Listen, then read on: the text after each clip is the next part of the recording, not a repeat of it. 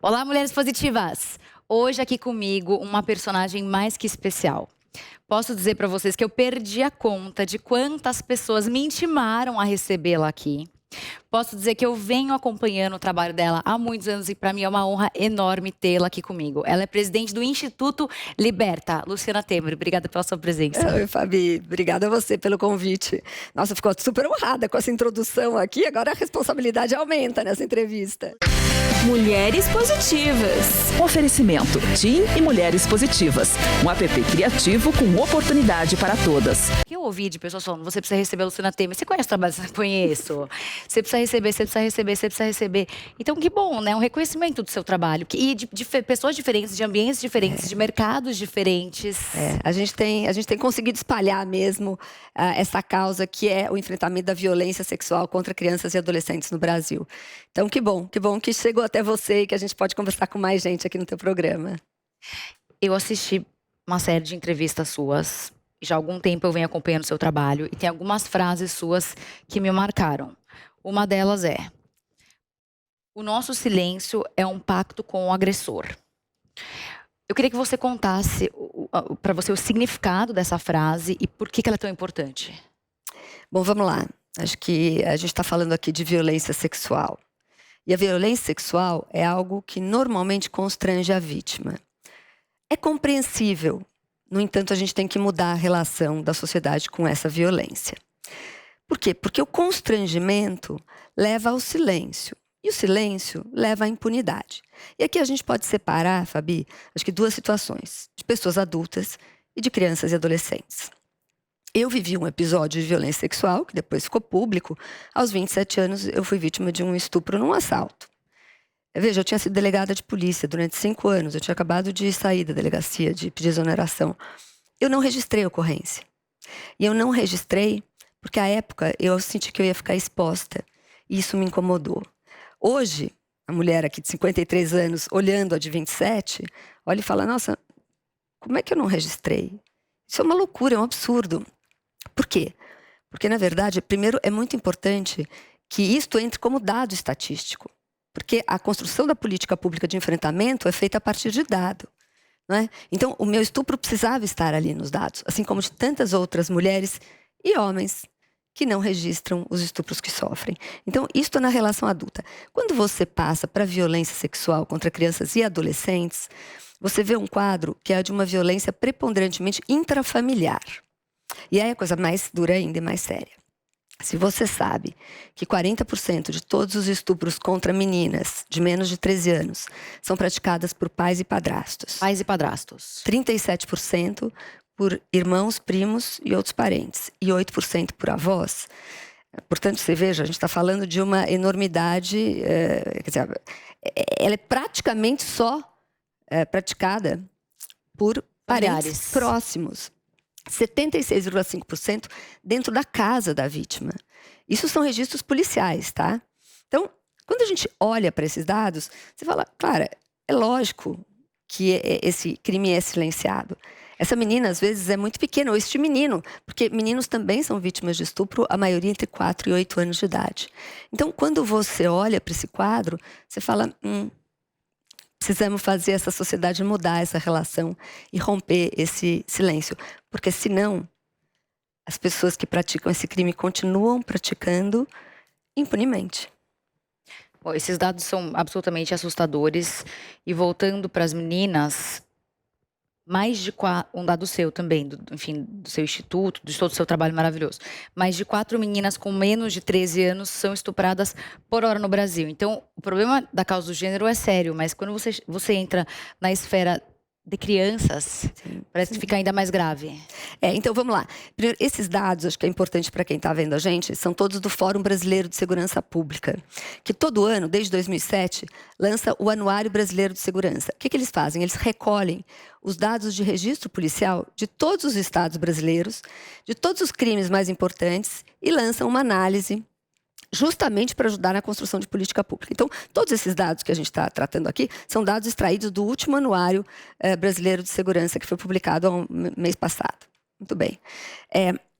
Olha só, a gente está falando de uma violência que é silenciosa, que é subnotificada.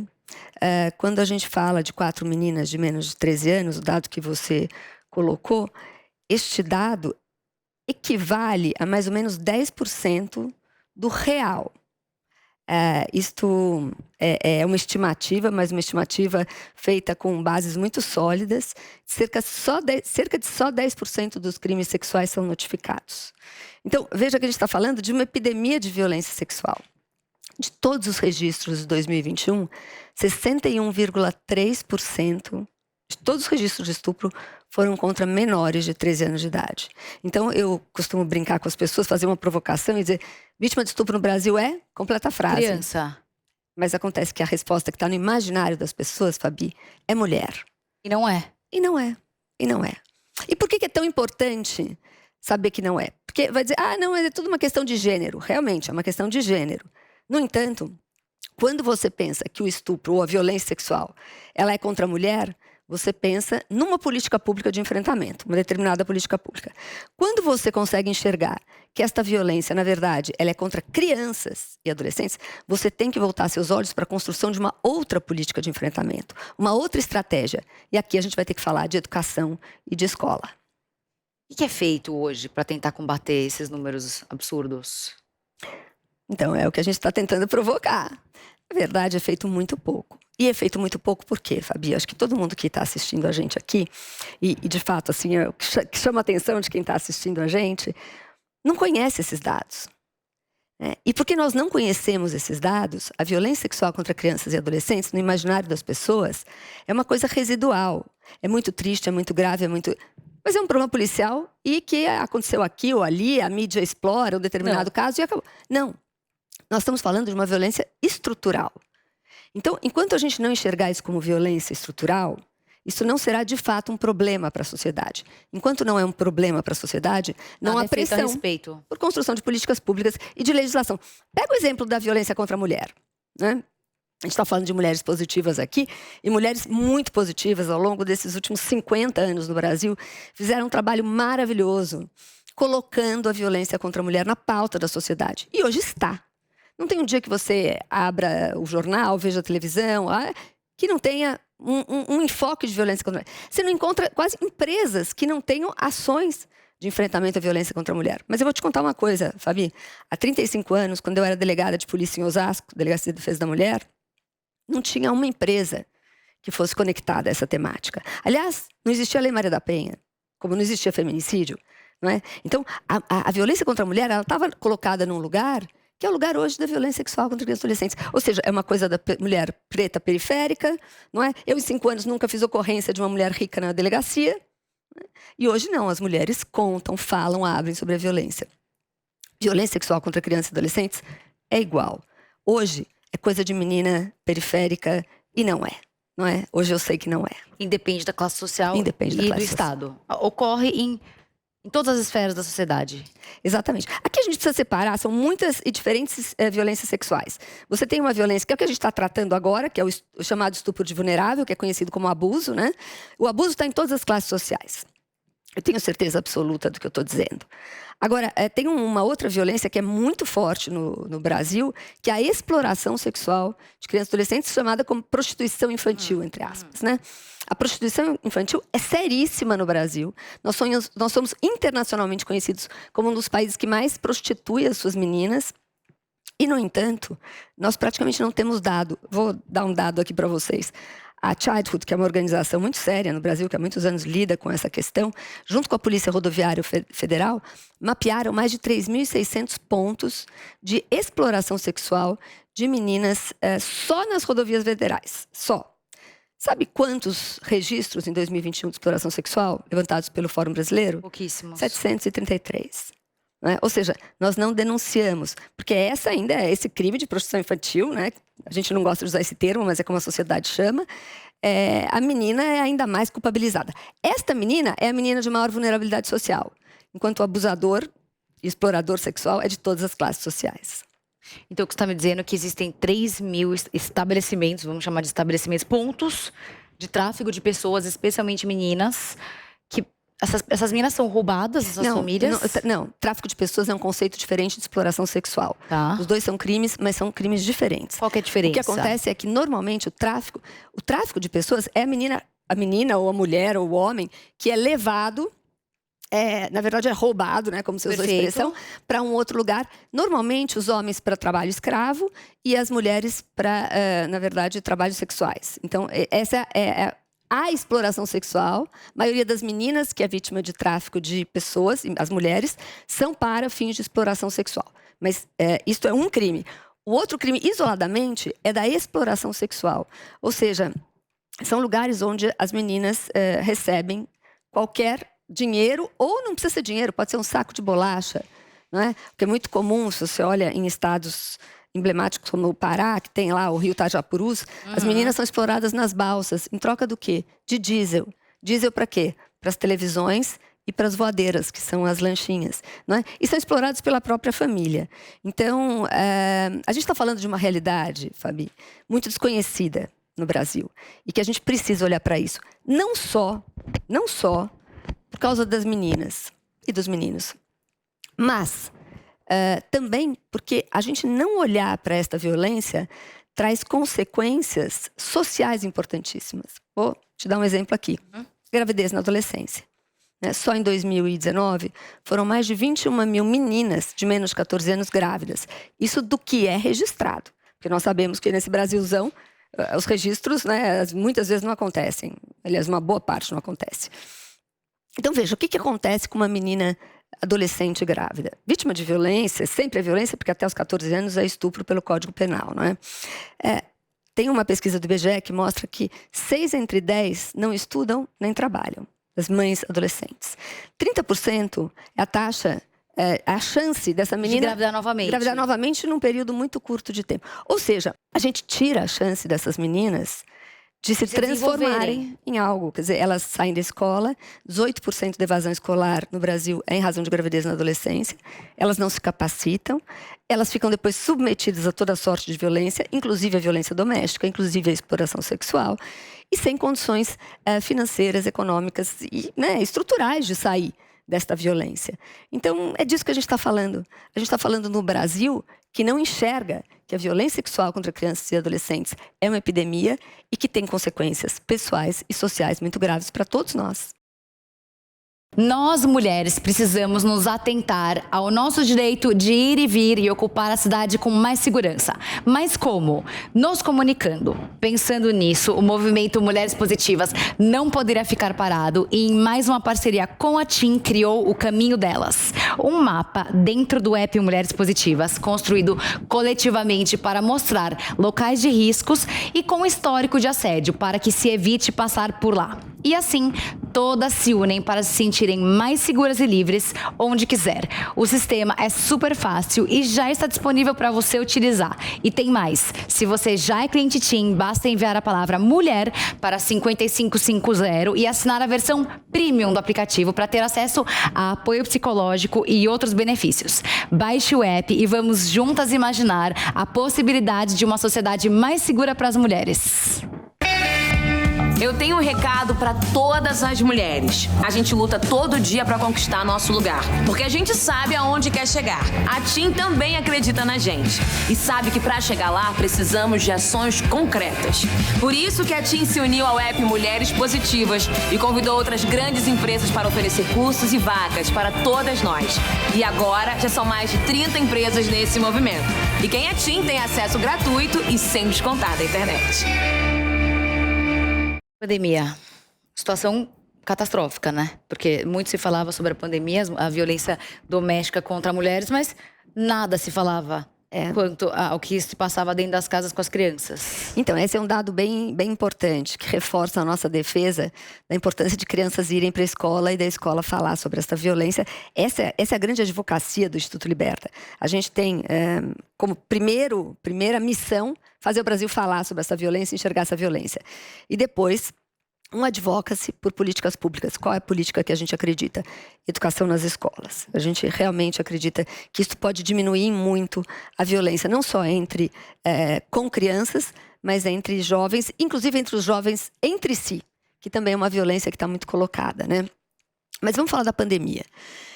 Você sabe que nós fizemos uma parceria com a Secretaria Municipal do Estado de São Paulo de Educação, na época da pandemia, porque uma das preocupações da Secretaria era justamente as crianças que tinham histórico de violência intrafamiliar e que ficariam sem acompanhamento neste período. E eles já tinham um histórico, né, de violência. E aí, muito rapidamente aqui, resumidamente, a gente construiu com a Secretaria um mecanismo que era um robozinho artificial, era uma inteligência artificial dentro de um site, de uma estrutura da Secretaria, que era interativa com as crianças e jovens do ensino público municipal de São Paulo. Essas crianças entravam, se registravam, começavam a brincar com, enfim, com as brincadeiras propostas, não era de conteúdo, era de jogos e tal. E essa inteligência artificial ia interagindo com a criança. Então, como você está hoje, como você não está. Quando chegava num determinado nível de carinha triste que a criança punha, o robozinho perguntava: você quer conversar com o professor? E se a criança dissesse que sim, tinha 84 educadores do município de São Paulo preparados para entrar remotamente e conversar com essa criança. A gente pegou em 9 meses de experiência 200 casos de violências graves contra crianças, sendo 52 casos de violência sexual. Num universo que não era totalidade, porque era voluntário, né? As crianças e adolescentes entravam os que queriam. A gente tinha cerca de 14 mil alunos que estavam vinculados ali ao site. Então, olha do que a gente está falando. A gente está falando de um pedido de socorro que, se a criança está na escola, ela consegue fazer. E se ela não está na escola, ela não tem a quem recorrer. Né? Mas e o que você faz com uma criança que denuncia o pai ou a mãe? Que medida que você toma? Então, existe uma tramitação, né? Existe uma medida legal. Vamos lá. Mas que precisa ser aprimorada. Então, esse é um ponto importante. O que acontece hoje? Se uma menina... E aqui a gente precisa diferenciar uma menina da periferia de uma menina dos jardins. Perfeito. Porque as situações são diferentes até de apoio a essa menina e de estrutura, de sustentação. Vamos pegar a situação mais extrema da menina que denuncia um pai numa comunidade. Né? Provavelmente, se houve alguma concretude ali, física, que possa ser verificada numa análise, este pai vai ser preso. Né? Se tem penetração, enfim. Cadeia. Porque nem estupro... veja, nem todo estupro tem penetração. Isso é importante que as pessoas saibam também. Quando você fala em estupro, desde 2009, o Código Penal, ele diz que qualquer ato libidinoso que não obrigatoriamente tenha penetração. Então, só para esclarecer quem está vendo a gente. Muito bem. Pode acontecer dessa menina estar sendo vítima de várias violências e não ter prova física disso. Né? Sem a prova física, provavelmente o que vai acontecer é que essa menina é retirada de casa, afastada para um abrigo. O que é bem complicado, a gente acha. Porque, na verdade, você acaba afastando a criança que já está numa situação de alta vulnerabilidade e trauma da casa, que é o espaço que ela reconhece. Por quê? Não dá para você prender imediatamente se você também não tiver prova nenhuma. E essa é uma das grandes questões da violência sexual. Né? Porque muitas das violências sexuais não deixam prova física. Quando não deixa prova física, é a palavra da criança contra a palavra do adulto. E aqui também tem que chamar a atenção para as nossas mulheres positivas, que hoje tem um grande drama, que é a questão da alienação parental. Eu não sei se você conhece, Sim. Mas a verdade é muitas mães que acabam denunciando os pais dos filhos por alguma violência sexual e à medida que os pais vão respondendo na área criminal, na área civil eles entram com um pedido para retirar a criança a guarda da mãe porque ela está tentando fazer uma alienação parental. E os juízes tiram. E aí essa mãe perde a criança para o sujeito que ela está acusando de abusador. É uma grande loucura. Gente. Né? Se você me perguntar, Fabi, qual é a solução para isso tudo? Eu vou dizer para você, não tenho. É a resposta do milhão, não tenho. Mas eu sei como é que a gente pode diminuir a ocorrência dessas questões. Isso eu tenho certeza hoje. E a gente consegue diminuir falando deste assunto cotidianamente, estabelecendo nas escolas públicas e privadas um programa que possa ensinar crianças pequenas a se prevenirem de violência sexual, entenderem, porque às vezes as crianças são tão pequenas que elas participam da violência sem entender que aquilo é uma violência. Não é? E vão descobrir mais tarde, ficam mais traumatizados ainda. Porque, enfim, eu já conversei com muitas mulheres adultas e homens que falam assim, não, mas eu consenti. Não, meu amigo, você tinha 5 anos. Você não consentiu com nada. Estava acontecendo. Não é? E aquela pessoa era uma pessoa que você gostava, era uma pessoa querida. Então, não, você não consentiu com nada. Mas, enfim, do ponto de vista psicológico é muito complicado. Muito. Né? Então, o que a gente acredita no Liberta? A gente tem que construir uma política séria de prevenção. Não é pensar, lógico que tem que pensar quando a menina sofreu abuso na casa, o que eu vou fazer com ela? A gente tem que construir uma política para isso e hoje é muito ruim. Mas o nosso foco é como é que eu faço para que isso não aconteça? E como é que a gente faz para que isso não aconteça? Vamos falar sobre violência. Sabe que a verdade é que muitas das situações de violência sexual, elas não são à força. Lógico que tem situações, né? Tem todo o quadro é muito diverso. Mas muitas vezes o adulto ele se aproveita da ignorância e do relacionamento que ele tem com aquela criança. Né? Se a criança está preparada para entender de alguma forma aquilo, e eu vou dizer para você que há formas hoje, há livrinhos, filmes, tudo super bonitinho, que você não precisa falar com uma criança de 5 anos sobre violência, vou falar de violência sexual. Não, você não vai falar de... Uma coisa meio lúdica. Meio lúdica, mas que a criança compreenda que se alguma daquelas situações acontecer, tem que te contar. Não é? Tem que contar para alguém de confiança. E aí vem a outra etapa. O que acontece muitas vezes. Quando a criança conta para alguém de confiança, essa pessoa não acredita. Por que essa pessoa não acredita? Primeiro, porque a gente não está com a lente da violência sexual. A gente sempre acha que a violência sexual está longe e é excepcional. Ou que quem faz isso é um monstro. É a segunda do questão. Ness. É o pedófilo monstro. Não é? Pedofilia é um transtorno mental. Menos de 20% das pessoas que abusam de crianças são diagnosticadas com o transtorno mental da pedofilia. Então, do que a gente está falando? A gente está falando de acreditar na criança, de preparar a criança. A gente está fazendo um recorte criança aqui, né? Mas a gente tem que preparar a criança para uma situação dessas, para ela saber o que fazer. A gente precisa criar uma relação de confiança para ela contar o que aconteceu. E mais do que tudo, a gente tem que ter a maturidade para acreditar. Eu tive falando com uma mãe que me escreveu, as pessoas me escrevem muitas histórias, né? E essa me escreveu, eu achei tão interessante. Ela falou, olha, eu tô te escrevendo só para agradecer o trabalho do Liberta, que abriu meus olhos para muitas coisas. E eu tive um episódio numa escola particular, muito boa, da menina, que a menina, de 9 anos, a filha, veio se queixar com a mãe, porque a mãe falava, né, com ela sobre a relação dela com o corpo dela, o que ela podia deixar, não deixar fazer e tal. E aí ela veio reclamar de um professor de educação física, que fazia cócega, que pegava ela no colo e que ela não gostava. E a mãe foi à escola e falou, olha, aconteceu isso, minha filha se queixou. E acho que é inadequado isso, no mínimo. E a escola defendeu o professor e falou, não, ele é muito querido pelos professores, está aqui há muitos anos, é o jeito dele e tal. O que ela fez? Tirou a filha da escola. E tá tudo bem, sabe por quê? Porque ela tem que estabelecer com essa filha uma relação de confiança. Eu não sei até se esse professor era só realmente um tiozão carinhoso ou se ele era um abusador. É o seguinte, não importa. Se a criança tem um desconforto, ela não pode ficar naquela situação. E depois a gente tem que construir relações mais adequadas. Não é adequado um professor ficar fazendo cócega na aluna. Coceguinha. Folgado. Não é? Luciana, a sua campanha, agora você sabe, foi uma passeata digital que você fez. Estamos fazendo. Tá ativa hoje, tá acontecendo. Não está acontecendo pelo seguinte, vou explicar para você.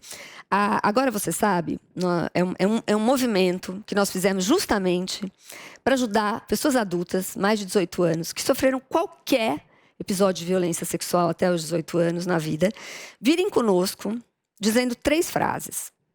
Violência sexual contra crianças e adolescentes é uma realidade, eu fui vítima e agora você sabe.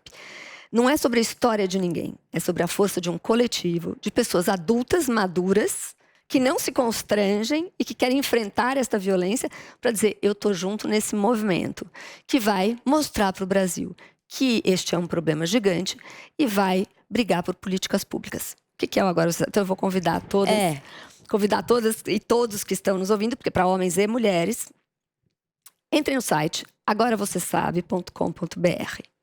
Lá no site, Fabi, tem vários... Tem um videozinho meu explicando o movimento, você viu? Eu assisti várias vezes. Então, o movimento explicando. E tem um... Eu já fui vítima, porque assim, as pessoas vão se dar conta que foram vítimas de situações que elas nem entendiam como violência. Eu, por exemplo, estou na passeata por quê? Eu tive um episódio, quando eu tinha 12 para 13 anos, eu estava voltando da escola, sozinha, né, ali no Alto de Pinheiros, bem isolado, o bairro e tal. E tinha um homem num carro bom e tal, com o capô aberto, se masturbando e olhando para mim enquanto eu passava. Eu fiquei muito assustada, cheguei em casa, mas minha mãe estava lá, me acolheu, mandaram uma viatura. O cara era um engenheiro, 32 anos, filho de um conhecido. Então, não aconteceu nada, não aconteceu nada com ninguém, não aconteceu nada. A verdade é, eu não voltei mais sozinha, porque eu tinha medo, mas tudo bem, né? Porque tinha que me pegassem. Aí você fala, bom, se não fosse a Luciana, no Alto de Pinheiros, se fosse a Maria no Grajaú, ela ia passar lá, ia passar exatamente pelo que eu passei. Ia continuar todos os dias da vida dela. Ia chegar em casa. E a mãe não tá, porque tá trabalhando. Nenhuma viatura vai lá. E as violências escalam, né, Gabi? As violências escalam, Fabi. Então a gente sabe que isto vai crescendo. O fato é, nós temos que ser uma sociedade que diga não a toda e qualquer violência sexual, inclusive virtual. Pode não ter toque nenhum, como não teve no meu caso nessa situação. Mas eu tenho que entender que se a gente não fizer realmente um grande movimento e entender que essa violência é muito perversa, não só para as pessoas que sofrem, mas para um contexto social, para os nossos filhos e os nossos netos, a gente vai permanecer no silêncio, pactuando com o violador.